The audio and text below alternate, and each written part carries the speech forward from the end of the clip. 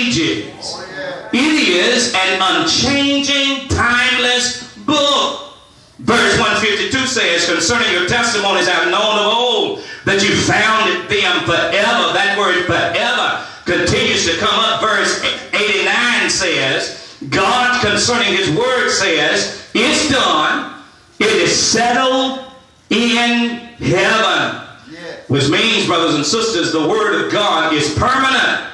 And the reason why the word of God is permanent is because of the one who spoke the word.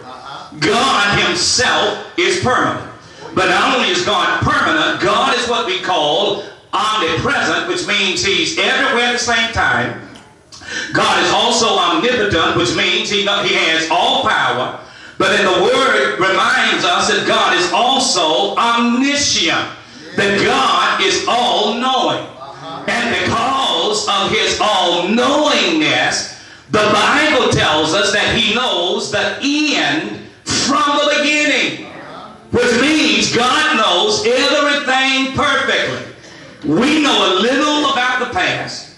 We know less about the present. We know nothing really about the future. But God knows both past, present, and even the future perfectly.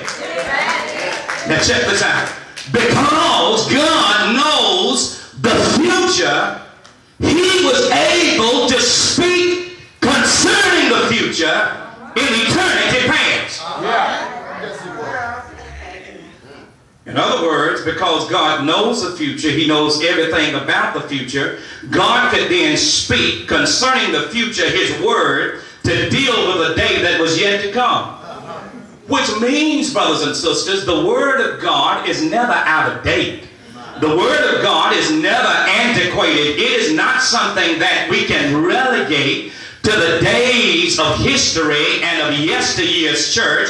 But the word of God, Matthew, is still applicable and appropriate by our day, because the God who spoke it already knew what our